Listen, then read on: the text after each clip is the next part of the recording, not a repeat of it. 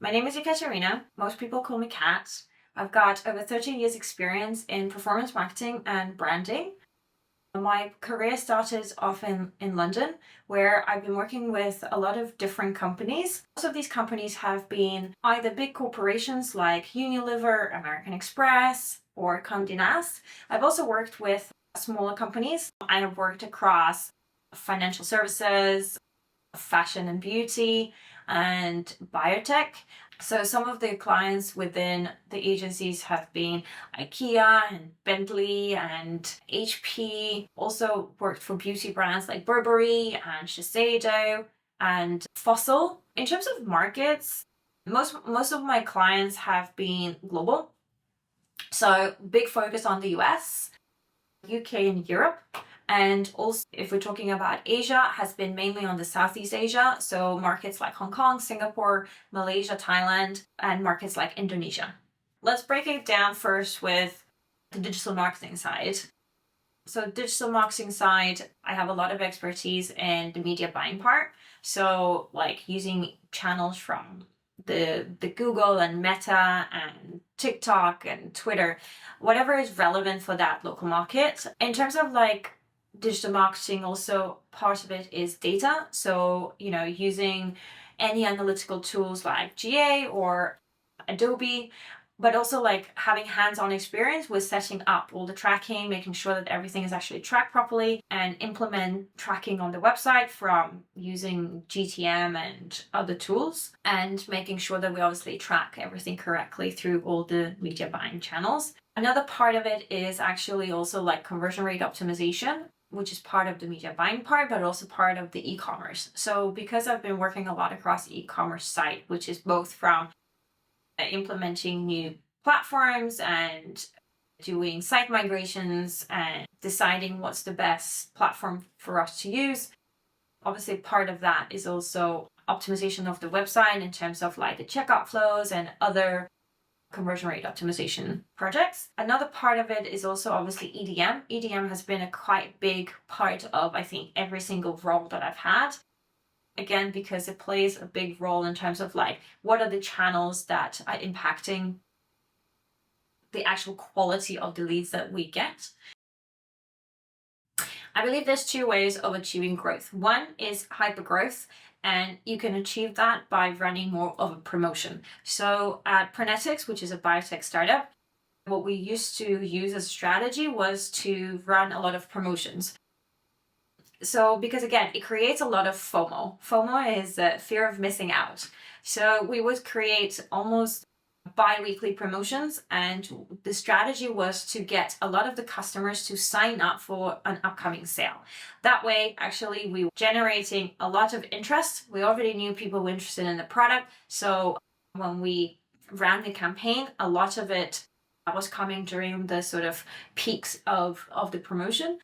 We still had a lot of BAU sales coming through because, again, not everybody knows that we obviously have promotions. And again, people tend to wait for the traditional promotions like Christmas and Valentine's Day, whatever. So because we were having a lot of these promotions in the middle of the bigger holidays, we actually saw quite a lot of spike revenue, and that way we could actually grow the brand and brand awareness much faster because we were a lot more in front of the customer with a bit of a hook of trying to get them in.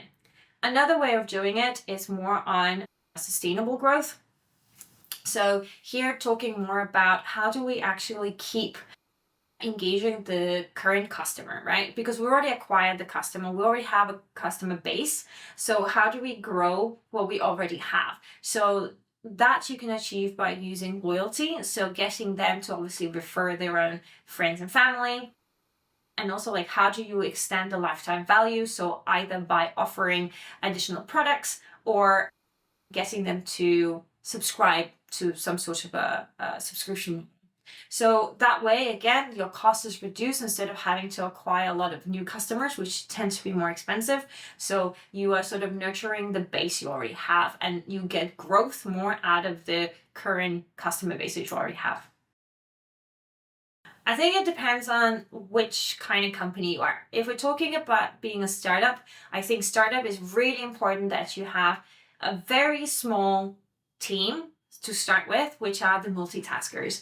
So the multitaskers are the people who can do a little bit of everything, right? Because you don't really know where your business is going and what you need right now. So having some people who can do multiple things, it's easy to move them around the company wherever you need support. Also, these people tend to be much easier to train up.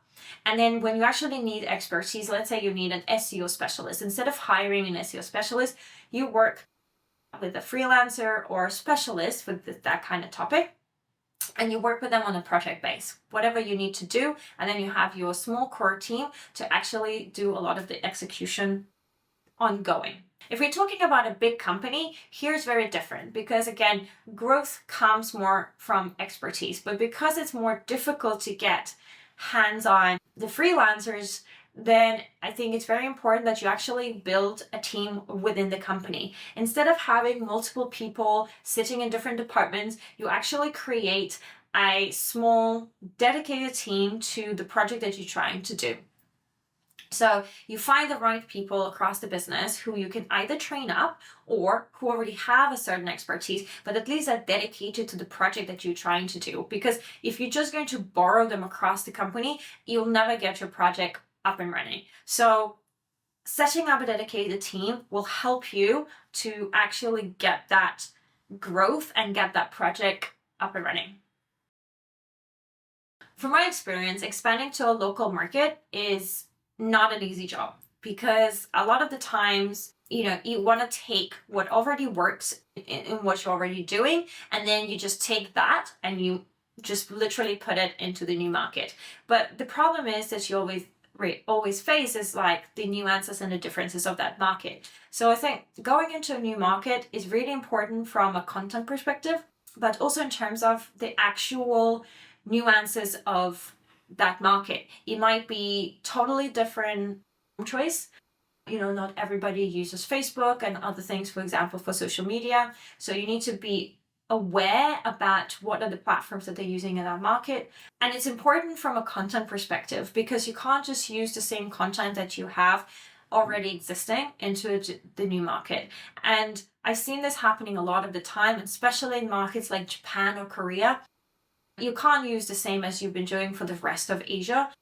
They have very specific style. It's all about perception, authenticity of the content that you produce. So I think, obviously you can start doing it yourself by going to a new market, but in the future, I have seen that, working more with expertise from that local market will actually improve the performance. Another thing that's important about going to a new market is obviously setting up a new team. You can either work with a dedicated agency who can sort of help you across everything from creating content, doing all the ads buying, or you can also just work with a freelancer who understands the market, can give you advice about language nuances, can help you about whether your website needs to change, also has the expertise, for example, working with local influencers, because it's also really difficult sometimes to tap into that local market. So having somebody on the ground will really help you to accelerate that growth much faster than having a team doing it from